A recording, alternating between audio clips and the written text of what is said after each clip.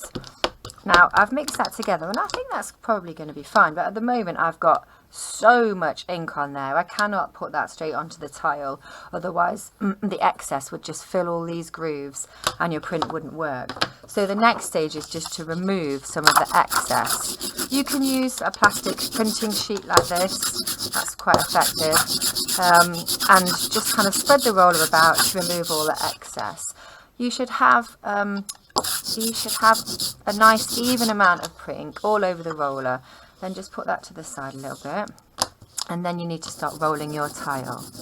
That's a good sound. That kind of almost sticky sound means that you've got enough ink. So you can see that I'm just turning that round as I go, making sure that all of the tile is full. This bit's a bit empty, so I'm just going to put my roller back on the tile, and then I'm just going to carry on applying ink. As I said, don't overwork it, because too much ink will flood the gaps. Okay, not enough ink, obviously you won't create a print. The roller, when you're done with it, goes facing upwards, so don't put it down on the table. Place it upwards like that and just move it out of your way. Move your plastic sheet out of the way. Then get your black piece of paper like this. Okay, so I have got my first tile. There you go. I'm rolled it in ink. I'm going to try and put it as neatly as I possibly can in the top left hand corner.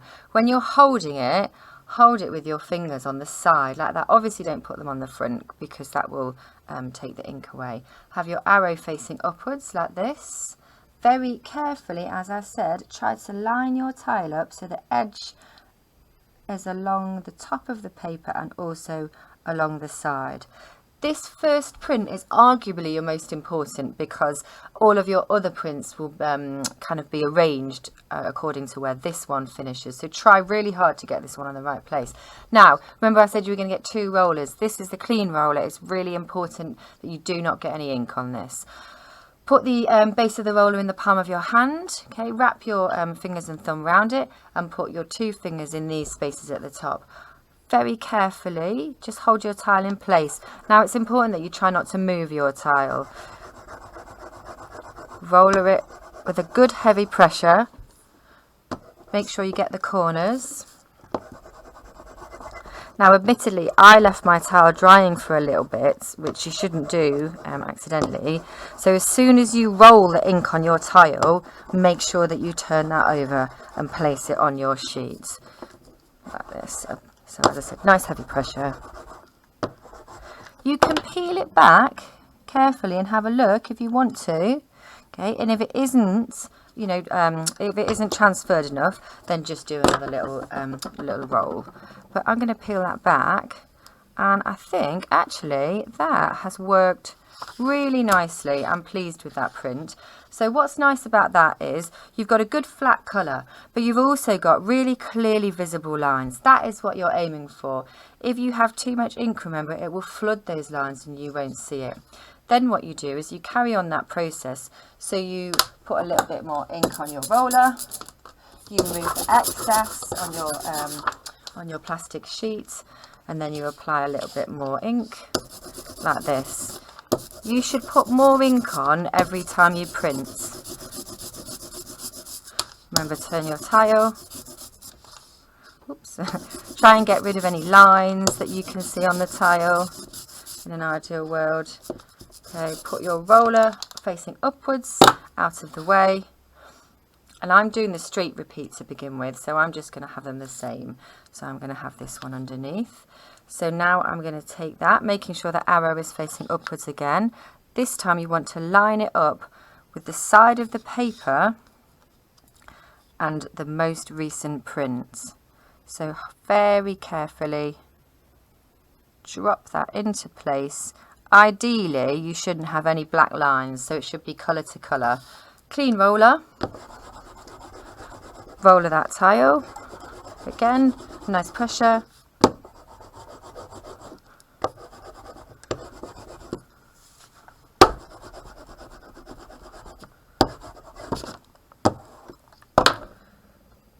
Again, do a little check peel it back. Another nice good quality print.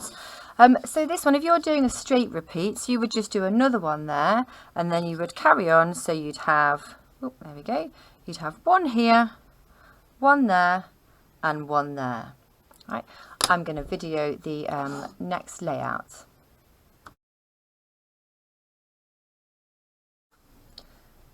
So you can see that I've just finished off my third one down. Now I'm going to demo the drop repeats, the half drop repeats. So if you were doing a straight repeat, as I said, you would just have one there, and one there. But if you're doing a half drop repeat, mark yourself a little line there halfway down your tile. So the tiles are 10 centimeters, so the middle is going to be 5. I've done a mark on both sides there.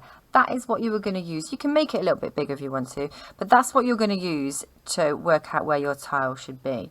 This time you're going to start with this line, so the middle of your tile where the first two join. Yeah, I know I said don't make a line, but you should just be able to see where they overlap. Again, with your fingers on the side, make sure that your edge of your tile touches this green line here. You don't want any black gaps between your different prints.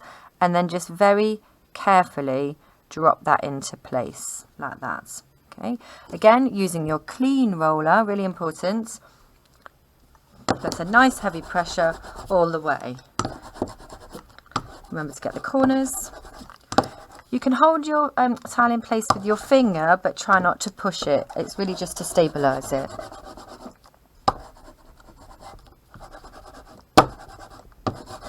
Again, do a little check. Yeah, I'm happy with that. I'm going to peel that off. Oh, that corner was a bit patchy, so I could have put a bit more pressure on there. And then you would just simply repeat that process. Remember, every time you print, you need to do another layer. Now, when you print onto A3, it doesn't fit 3 down perfectly. There's going to be a really small amount of tile that overhangs at the bottom. That's fine. Don't worry about it. You can see from this print that it's not really easily recognizable, so it's not a problem. Again, you're going to put your tile so that it joins the top and the side print. So you are, again, avoiding any black lines, well, as much as possible. And as I said, this one is called the half drop repeat. There we go. I probably haven't applied enough pressure there, but oh no, that's not so bad. All right, and you would just put another one there. Oh, sorry. You would put another one there and another one there, and we'll just wipe the tables later.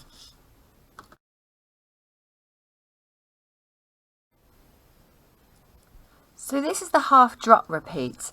So the brick repeat is effectively the same layout but just turned around.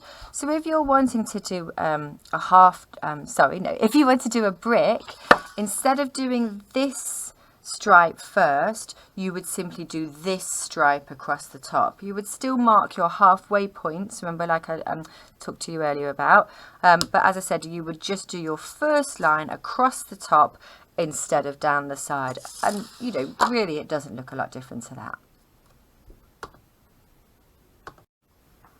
So the rotate repeat is very similar to the straight repeat, well, the same in layout. The only difference is that you would change the tile, you would change the direction of the tile. So you get your first one in, again, same process, put it in the corner, peel it off. So the only difference this time is now you are going to rotate the tile. Okay, so again, remember, you need to re-ink. Now I think I might be running out of ink, so it's important that you make enough to do one sheet at once. All right, so that's facing upwards, but now I'm going to rotate it. It doesn't matter for this one whether you go across or down. So facing upwards and then rotating. Remember to check the PowerPoint for which direction the arrows should go. So if you're not sure and you can't remember, as I said, just check the screen.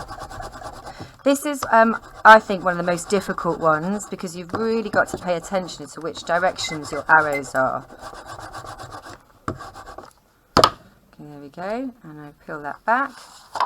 All right, there you go. So you would just keep checking the TV screen, okay, and making sure your arrows are in the right direction. So just squared layouts, but just rotating.